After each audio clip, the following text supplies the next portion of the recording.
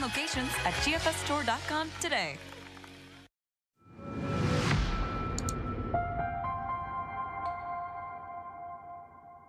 First tonight, years of longing and heartache finally put to rest this weekend for one New Madison family.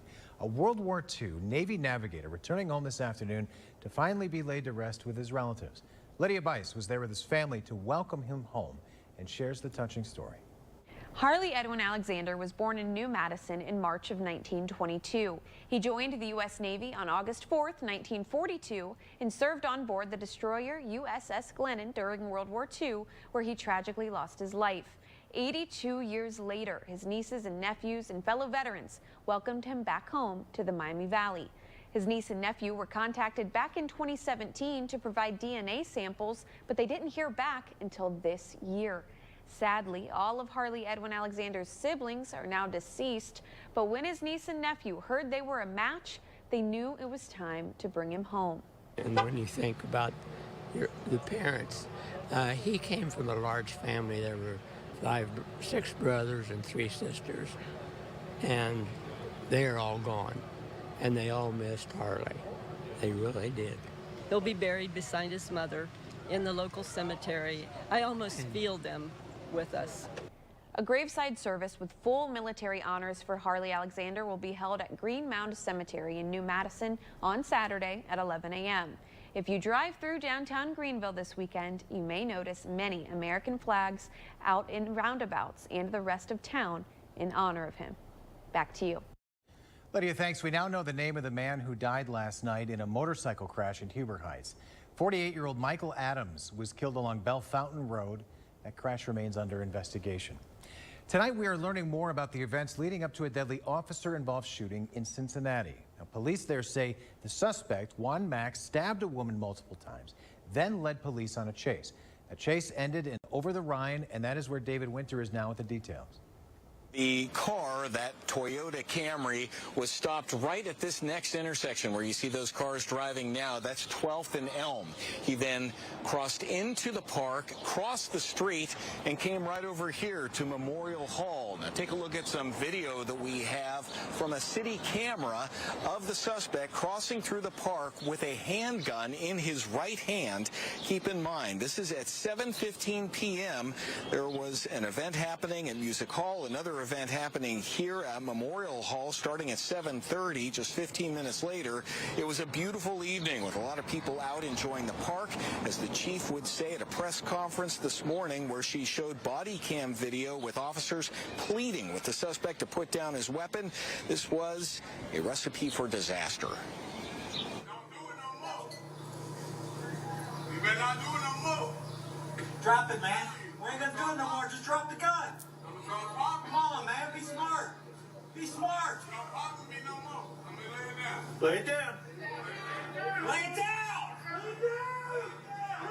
Lay it down. I see me hurt. Just lay it down, man. Well, that was David Winter reporting. The chief there says 9 shots were fired. The man died at the scene from the injuries. The stabbing victim remains in critical condition, but police were able to talk with her earlier today. All right, back in our area, beautiful look on this Friday evening from our EcoPlumber Skycam over Miamisburg on I-75. Let's check in with Natalie. Yeah, nice, very summer-like evening out here on our Watson's weather patio, but we do have some storms in the forecast. As early as tomorrow, we'll start to see some rain and storms make their way into the area, but for right now, it's pretty hot. We're in the upper 80s, 88 in Dayton, 88 in Troy. A little humidity, so a little heat index out there too. But we are tracking some thunderstorms heading into our day tomorrow, and a few could be strong to severe. We have a level 2 threat for severe storms for our area. Damaging wind gusts would be the main concern with storms that develop, but we're also tracking other modes of severe weather. That being said, there are some uncertainties in this, so I'm going to break down what we're seeing with this coming up here in just a bit, but overall, this is what we're tracking in our forecast. We do have the chance for storms tomorrow. Some could be strong to severe. Nice Sunday on the way. Monday's looking good too, but by middle of next week, heat does return, so I'll time it all out for you coming up in just a bit. The Supreme Court ruled in favor of a former Pennsylvania police officer charged with obstruction for his actions on January 6th. The national correspondent, Kayla Gaskins, in Washington to break down what this means going forward. Welcome news out of Washington Friday for some of the January 6th defendants. The Supreme Court ruling that the Justice Department overstepped by charging hundreds of rioters on January 6th with obstruction. For the defendants, a very big deal. Overall, for the prosecutions of January 6th, I'd say a minor hiccup. Prosecutors used the criminal statute at the center of this case to prosecute hundreds of rioters who broke into the Capitol that day. Felony obstruction comes with a maximum 20 years in prison. Even though none of the defendants received such a harsh sentence, some are serving time behind bars. This decision could force prosecutors to reopen their cases. Many will have to be retried, resentenced, or simply released from prison. The individuals who have already been convicted, it'll depend where they are in the process. As long as they have an active appeal, then this will apply to them. Lene Erickson with Third Way points out this is just one of multiple charges many of the defendants face for actions that day. It is not a complete deal breaker on whether or not folks who invaded the Capitol on January 6th are going to be held accountable. It's really a kind of technical question around whether obstruction really just refers to things involving documents. As Kayla Gaskins reporting, last night was the first presidential debate this election year between President Biden and former President Donald Trump. The debate hit all the major topics Americans were expecting: the border, abortion, international conflicts, and inflation, all addressed by each candidate. Now, Democrats say the presidential debate made it clear where each candidate's priorities lie. Democratic leaders focusing on the policy positions and substance from the candidates, while California Governor Gavin Newsom says President Biden has proven he's looking out for the average American. Senator Raphael Warnock says Trump shows he's only looks out for the wealthy. When it came to anything having to do with ordinary people, he reminded us that this man wants to do the only thing that he's ever done, and that's focus on people like himself. I think Joe Biden not only asserted himself, he reminded people of his accomplishments and his vision for the future. Meanwhile, Republican leaders honed in on Biden's performance. GOP lawmakers say the president could not give coherent, confident answers. They point to the former President Trump's debate strength and criticize President Biden for his stage presence. It's clear he's unfit to be president of the United States. He's unfit to be an elected official or any big professional responsibility. And the American people saw that on stark display. This is important because Donald Trump showed that he actually has the talent and the energy to be president of the United States. What does that guy, meaning Joe Biden, look like in 3 years in a negotiation? Now, the next presidential debate is set for September. Now to the State House, where Governor Mike DeWine signing House Bill 2 this morning. The governor discussing the focus of the capital budget and how money will be spent to better Ohio. Stephanie Kanock was there and breaks down the budget. Governor Mike DeWine says that this budget passed with an overwhelming margin, and he broke down a long list of what it will help cover. The governor says the budget will improve everything from school renovations and state park updates to investments in community rec centers across the state. DeWine says the biggest investments continue to be in mental health. He says over the past 6 years, he has been working to build better mental health resources for all Ohioans, including expansion of hospitals and new mental hospitals. Another big focus, improvements with security of state prisons, which has always been a very big topic here in Ohio for both adult and juvenile facilities that will help to benefit inmates and also keep staff safe. Throughout the capital budget, we will continue jails that prioritize rehabilitation and provide opportunities to help those with mental health and drug addiction challenges. We want places that are safe for those incarcerated and safe for those who work there. Well, cities around the Miami Valley finalizing their 4th of July celebration plans, among them Beaver Creek, which welcomes thousands to Rotary Park every single year. Gwyneth Falloon live tonight after speaking with the city. So what do they got planned? Well, Adam, Beaver Creek is sticking with tradition this year. I was actually out there last year for their 4th of July celebration and fireworks show, and Rotary Park was packed with bounce houses, food trucks, even a band. Now, the city tells me they welcomed nearly 10,000 people last year and look forward to doing the same this year. We're really excited to enjoy Velvet Crush, playing some of our favorite cover songs, as well as so many food trucks, treats, desserts, delicious items to eat, and our inflatables, children's activities. It's just a kind of the culmination of so many efforts between so many people, and we really get to see a lot of families out here to enjoy and celebrate with us. Beaver Creek celebration kicks off at 6 with a parade down Dayton Xenia Road, followed by a 3-hour-long event at Rotary Park on the 4th. But I also spoke with the city of Kettering today, and they have something new planned for this Independence Day. Hear from them coming up tonight at 10 and 11. Back to you. Well, as we head into the weekend, fireworks likely, but there are several cities around the Miami Valley that have banned private fireworks shows. Cities putting the bans in place to limit injuries, property damage, and fires. Dayton, Trotwood, Fairborn, Oakwood, Kettering, Beaver Creek, Harrison Township, and Germantown do not allow personal fireworks. Centerville, Troy, and Moraine all allow residents to set off their own fireworks. Make sure, as always, to double check with your individual city about the regulations surrounding fireworks. And if you don't want to do your own fireworks and would rather go to a show, we got you covered. We have a whole list of fireworks shows and other celebrations right there on our website. Just look for this story on the homepage. Well, a bill blocking transgender bathroom bill passing the Ohio House. How both sides of the debate are responding tonight.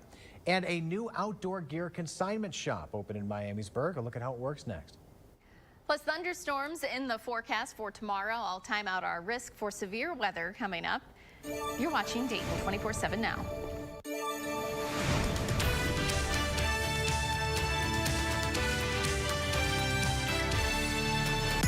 Good day.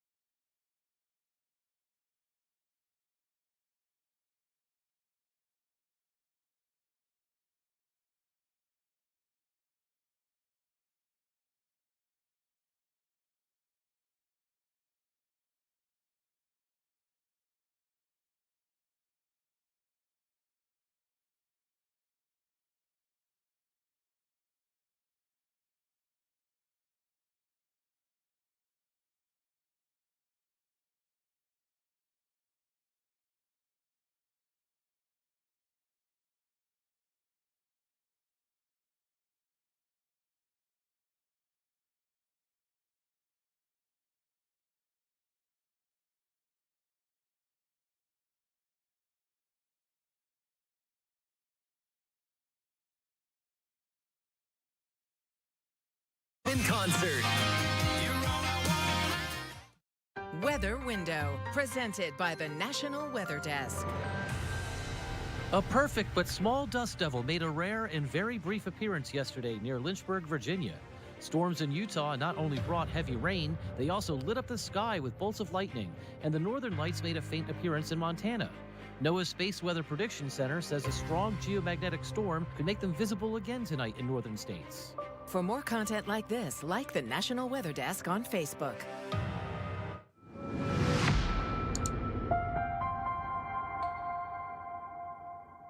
Well, Well, before letting out for summer, Ohio lawmakers advanced a bill banning transgender people from using bathrooms that fit their gender identity. The Republican-backed bill passed in the State House this week after leaders added it to a Senate bill dealing with the College Credit Plus program. Morella Porter spoke with representatives on the bill. Under the bill, transgender people would have to use the bathroom of the gender they were born with, not what they identify as. Representative Adam Byrd says the bill applies to students, teachers, and staff at K-12 schools, colleges, and higher education institutions, with some exceptions. There's no motivation in this bill to hate anybody, to dislike anybody, to hurt anybody, okay? We're trying to protect our youngest, our most vulnerable. Kathy Allison believes this bill is harmful to trans people. This is what trans people face, is a lack of safety and a greater endangerment from laws like this. She says the idea the bill protects girls is a, quote, false claim. Well, mostly clear skies across the Miami Valley right now, but cloud cover is beginning to increase ahead of our next weather maker, which will bring the chance for some rain and storms and potentially some strong to severe storms across the area. So here's a look at our next weather maker. You can see showers back through parts of Illinois right now. Eventually, we will see a cold front swing its way through. Until then, it's going to be pretty hot and pretty humid as well.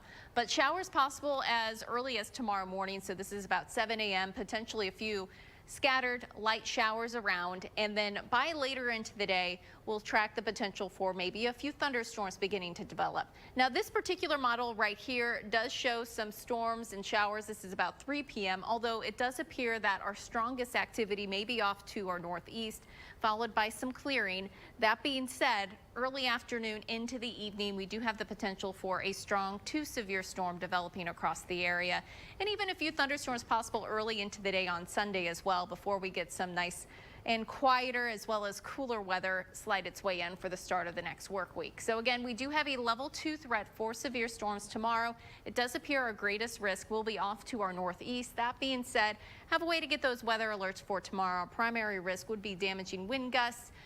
Our tornado risk is non-zero, although it is very low. And that being said, it is dependent on many other factors, including that morning rainfall and cloud cover that we'll have earlier into the day. So have a way to get those weather alerts, and we'll be keeping you posted on air and online. A new outdoor gear and apparel consignment store is now open in Miamisburg. Trailhead Trader held a grand opening at Market Square. People can bring in their gently used gear they aren't using anymore for other people to buy. When someone buys that item, you'll get half the proceeds back into your pocket. Dayton is the Midwest adventure capital. It is something for all of Dayton. We're located right along the bike path, which makes it really easy access right along the Great Miami River.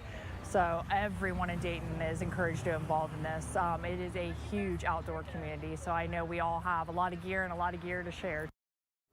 Trailhead Trader is open Wednesday through Sunday.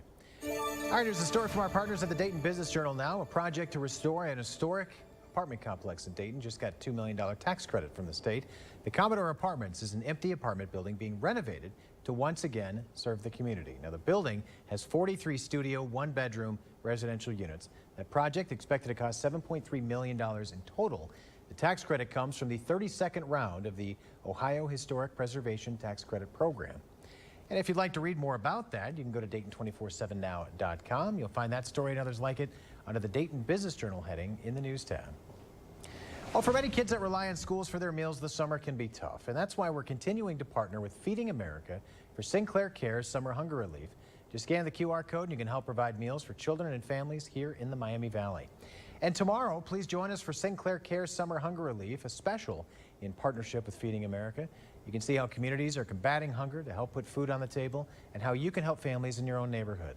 That's Saturday at noon over on Fox 45. Well, a dry day across the Miami Valley when we could definitely use some rain. Latest drought monitor. So this was released yesterday, making a lot of the Miami Valley, including the Dayton area, southeastward under moderate drought conditions. Rest of us now just abnormally dry. That being said, with the lack of precipitation, I wouldn't be surprised if we see more drought conditions in place heading into next week, because although we do have rain in the forecast tomorrow, it looks like it may not be enough to really get us out of these abnormally dry conditions. In fact, you could see we've seen less than 2 inches of rainfall for the month of June thus far, so we are behind almost 2 inches for the month, and now for the year we're almost an inch behind. So we certainly could use some rain, and as I mentioned, models not depicting too much. That being said, we could get a heavier downpour or two that would help bring some higher totals in, but as of right now, not looking like much in the way of a soaking rain with our next system moving in. Well, it is officially summer. Time for some ice cream. Coming up, a look at the new Juvia's Creamery in Troy and the treats you can enjoy. You're watching Dayton 24/7 now.